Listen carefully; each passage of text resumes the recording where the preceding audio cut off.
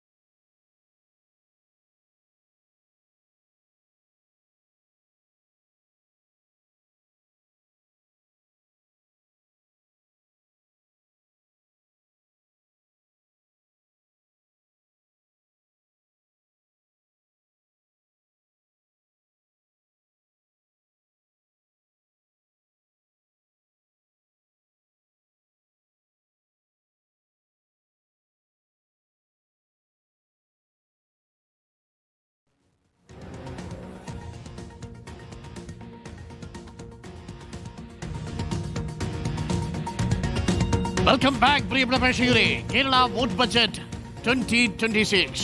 നമ്മളുടെ ധനമന്ത്രി KN ബാലഗോപാൽ അവതരിപ്പിക്കുന്ന 6ാമത്തെ ബജറ്റ് അല്പസമയത്തിനുള്ളിൽ നിയമസഭയിൽ അവതരിപ്പിക്കും. ഒരുപാട് പ്രതീക്ഷകളോടുകൂടി നമ്മൾ കാത്തിരിക്കുന്നു. എല്ലാവരും ഇഷ്ടപ്പെടുന്ന ബജറ്റായിരിക്കും എന്നാണ് ധനമന്ത്രി ഒരു ക്ലൂ നൽകിയത്. ആ ക്ലൂവിൽ എന്തെല്ലാം ഉണ്ട്? സർക്കാർ ജീവനക്കാരുടെ ശമ്പള പരിഷ്കരണം, അവരുടെ DA കുടിശ്ശികകൾ, ക്ഷേമ പെൻഷൻ വർധനവ്, പിന്നെ നാളികേര കർഷകരുടെയും നെൽകർഷകരുടെയും ഒക്കെ താങ്ങുവില വർദ്ധിപ്പിക്കുന്നതുമായി ബന്ധപ്പെട്ട കാര്യങ്ങൾ, പുതിയ പദ്ധതി പ്രഖ്യാപനങ്ങൾ. അതിനു മുൻപ് ഇന്നലെ തന്നെ ഏറ്റവും ആശ്വാസകരമായ ഒരു കാര്യം എന്താണെന്ന് വെച്ച് കഴിഞ്ഞാൽ, പ്രിയപ്പെട്ട പ്രേക്ഷകരെ, ഏറ്റവും പ്രധാനപ്പെട്ട കാര്യം, ചൂരൽമല മുണ്ടക്കൈ ദുരന്തബാധിതരായിട്ടുള്ള ആളുകൾക്ക് ആശ്വാസകരമാകുന്ന വാർത്തയാണ് ഇന്നലെ എത്തിയത്. അവരുടെ മുഴുവൻ വായ്പയും സർക്കാർ ഏറ്റെടുത്തിരിക്കുന്നു എന്നുള്ളതാണ്. 18,75,69,000 രൂപ, 585 ദുരിതബാധിതരായ മനുഷ്യരുടെ മുഴുവൻ വായ്പയും സംസ്ഥാന സർക്കാർ ഏറ്റെടുത്തിരിക്കുന്നു എന്നുള്ളതാണ്. കേന്ദ്ര സർക്കാരിനോട് പലതവണ പറഞ്ഞു, NDRFന്റെ പദ്ധതിയിൽ ഉൾപ്പെടുത്തി നിങ്ങൾക്കത് കൊടുത്തൂടെ? ദേശീയ ദുരന്ത നിവാരണ അതോറിറ്റി ഫണ്ട് ക്ലോസ് 13 ഉപയോഗിച്ച് നമുക്ക് വേണമെങ്കിൽ വായ്പ എഴുതിത്തള്ളാം. പക്ഷേ കേന്ദ്ര സർക്കാർ അത് ചെയ്തില്ല. സംസ്ഥാന സർക്കാർ അതൊടുവിൽ ഏറ്റെടുത്തു. 555 പേരുടെയും 10 ലക്ഷത്തിന് താഴെയും 10 ലക്ഷത്തിന് മുകളിലുമുള്ള മുഴുവൻ വായ്പകളും എഴുതിത്തള്ളാൻ തീരുമാനിച്ചു. മുണ്ടക്കൈ ചൂരൽമല ഉരുൾപൊട്ടൽ ദുരന്തബാധിതരുടെ വായ്പാ കുടിശ്ശിക പൂർണ്ണമായും സർക്കാർ ഏറ്റെടുക്കും. ദുരന്തബാധിതരുടെ വായ്പാ കുടിശ്ശികയായ രൂപ മുഴുവൻ സംസ്ഥാന സർക്കാർ ഏറ്റെടുക്കാൻ തയ്യാറായതായി മന്ത്രിസഭാ തീരുമാനമെടുത്തത് റവന്യൂ വകുപ്പ് മന്ത്രി കെ രാജൻ അറിയിച്ചിരുന്നു. 555 ഉപഭോക്താക്കളുടെ 1620 വായ്പകളിലായി 18,75,69,000 രൂപയാണ് കുടിശ്ശിക സർക്കാർ ഏറ്റെടുക്കുന്നത്. ഇന്നലെ വൈകുന്നേരം മന്ത്രിസഭാ യോഗ തീരുമാനം വിശദീകരിച്ചുകൊണ്ട് മന്ത്രി പറഞ്ഞത് ആശ്വാസമായി തീർന്നു ചൂരൽമല മുണ്ടക്കൈ ദുരന്തബാധിതരായ മനുഷ്യർക്ക്. അതായത് ഏതാണ്ട് 1.5 വർഷം മുമ്പ് ഉരുൾപൊട്ടിയതിനു ശേഷം ഈ കടങ്ങൾ എഴുതിത്തള്ളും എന്നുള്ളത് വളരെ ആക്റ്റീവായിട്ടുള്ള ചർച്ച നടന്നു. അപ്പോൾ നമുക്ക് മനസ്സിലായത് ഇത് കേന്ദ്രത്തിനാണ് അതിന് എഴുതിത്തള്ളാനുള്ള പവറെന്ന് നമുക്ക് മനസ്സിലായി. അങ്ങനെ കേന്ദ്രമന്ത്രിക്ക് വരെ ഞങ്ങൾ ആക്ഷൻ കമ്മിറ്റി എന്ന നിലയ്ക്ക് നിവേദനം കൊടുത്തു. അപ്പോൾ അദ്ദേഹം അനുഭവപൂർവ്വം അവിടെ മന്ത്രിസഭയിൽ പറയാമെന്നൊക്കെയാണ് പറഞ്ഞത്. പക്ഷേ എന്നിരുന്നാൽ പോലും ഇന്ന് വരെ എഴുതിത്തള്ളാൻ തയ്യാറായില്ല. കോടതിയിൽ കേസെടുത്തു, കോടതി സ്വമേധയാ കേസെടുത്തു ഈ വിഷയം. എല്ലാ വെള്ളിയാഴ്ചയും കേസെടുത്തുകൊണ്ടിരുന്നു. അപ്പോഴും കോടതി പറഞ്ഞു എഴുതി തള്ളാൻ. കേന്ദ്രത്തിനോടാണ് പറയുന്നത്. പലവട്ടം കോടതി പറഞ്ഞു, എന്നിട്ടും എഴുതി തള്ളിയിട്ടില്ല. പ്രധാനമന്ത്രി ഇവിടെ വന്നു പോയപ്പോൾ ഞങ്ങൾ ഒരു പ്രതീക്ഷ ഉണ്ടായിരുന്നു, ഇത് എഴുതി തള്ളു. ആകെ ചെറിയ പൈസയല്ലേ ഉള്ളൂ, എഴുതി തള്ളുമെന്ന് വിചാരിച്ചു. ഇവിടെ പ്രധാനമന്ത്രി വന്ന് ഫോട്ടോ എടുത്തു, അല്ലെങ്കിൽ വീഡിയോ എടുത്തു, ആസ്വദിച്ച് പോവാ. നമുക്കിപ്പം ചൂരൽമലയിൽ നിന്നും ദീപക് മോഹനുണ്ട്. ദീപക് മോഹൻ, ചൂരൽമലയിലെ നിവാസികളുടെ ഏറെക്കാലത്തെ ഒരു വലിയ ആവശ്യമായിരുന്നു. നമ്മൾ തന്നെ പലതവണ സർക്കാരിന് മുന്നിൽ എത്തിച്ചതാണ്. അപ്പോഴെല്ലാം കേന്ദ്ര സർക്കാർ എഴുതിത്തള്ളുമെന്ന പ്രതീക്ഷയിലിരുന്നു. പക്ഷേ കേന്ദ്ര സർക്കാർ അനങ്ങിയില്ല. ഇപ്പോൾ സംസ്ഥാന സർക്കാർ അത് ഏറ്റെടുത്തിരിക്കുന്നു. ഇന്ന് ബജറ്റ് പ്രഖ്യാപനത്തിന് തലേ ദിവസം വന്ന ആ തീരുമാനത്തെ എങ്ങനെയാണ് ചൂരൽമലയിലെ നിവാസികൾ ഉൾക്കൊള്ളുന്നത്? എല്ലാവരും ഹാപ്പി ആയില്ലേ ദീപക്? തൽക്കാലം ദുരന്തത്തിനിടയിലും ഒരു ആശ്വാസ വാർത്തയായി മാറി അല്ലേ Deepak? Good morning. Very good morning doctor Arunkumar. ഉരുൾപൊട്ടൽ ദുരന്ത ബാധിതരെ സംബന്ധിച്ചിടത്തോളം തുടക്കം മുതൽ തന്നെ സംസ്ഥാന സർക്കാർ അവർക്കൊപ്പം നിൽക്കുന്ന കാഴ്ച നമ്മൾ കണ്ടതാണ്.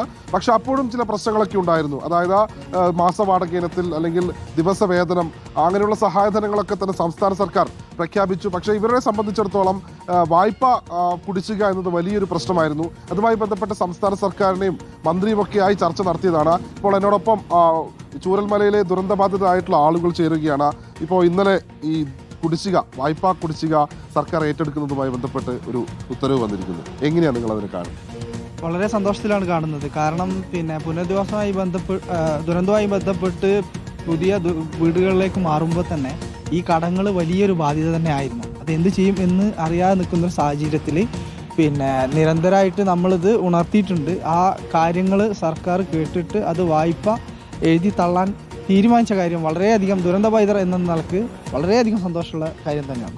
ദുരന്തം നടന്ന സമയത്ത് പ്രധാനമന്ത്രി ഇവിടെ ഒന്ന് സന്ദർശിച്ചിരുന്നു. അപ്പൊ അന്ന് നിങ്ങൾക്കൊരു പ്രതീക്ഷ ഉണ്ടായിരുന്നല്ലേ ഇങ്ങനെ എഴുതി തള്ളുമെന്ന്? പക്ഷെ പിന്നീട് എന്ത് സംഭവിച്ചു? രാജ്യത്തിന്റെ പ്രധാനമന്ത്രി വരിക എന്ന് പറയുന്നത് നമ്മളെ സംബന്ധിച്ച് ഒരു ദുരന്തമുഖത്ത് ഏറ്റവും വലിയ പ്രതീക്ഷ തന്നെയാണല്ലേ.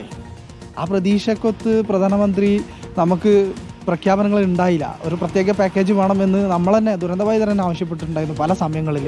പിന്നെ ഈ കടത്തിൻ്റെ കാര്യത്തിൽ ഹൈക്കോടതിയിൽ വന്ന ഇഷ്യൂസ് എല്ലാവരും മാധ്യമങ്ങളടക്കം കൃത്യമായി റിപ്പോർട്ട് ചെയ്തതാണ്. ആ നിയമം തന്നെ മാറ്റി ഇടുന്ന ഒരു സാഹചര്യത്തിലേക്കാണ് പോയിക്കൊണ്ടിരുന്നത്. അപ്പോൾ അത് വലിയ ഒരു പ്രയാസം തന്നെ ഉണ്ടായിട്ടുണ്ട്.